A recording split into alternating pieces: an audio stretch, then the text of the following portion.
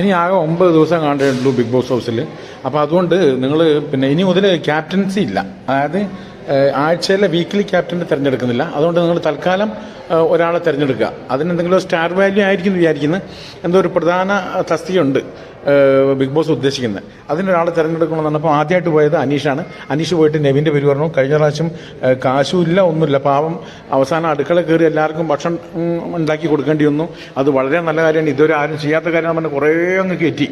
ഇത് ആഞ്ഞു പിടിച്ചിട്ട് ബാക്കി എല്ലാവരും വോട്ട് ചെയ്തു. അങ്ങനെ നെവിനെ തിരഞ്ഞെടുത്തു. അടുത്തത് ജയിൽ നോമിനേഷൻ ആയിരുന്നു. അങ്ങനെ നല്ല അടി നടക്കുന്നുണ്ട്. ആരൊക്കെ? അനുമോളും നമ്മളെ സാബുമാനും കൂടി കാണേണ്ട തന്നെയായിരുന്നു. ഭയങ്കര അങ്ങോട്ടും ഇങ്ങോട്ടും കള്ളി പുള്ളി ഇതൊക്കെ തന്നെയായിരുന്നു അങ്ങോട്ടും ഇങ്ങോട്ടും രണ്ടാളും. അവസാനം നൂറേനെയും സാബുമാനെയും ജയിലിലേക്ക് അയച്ചു.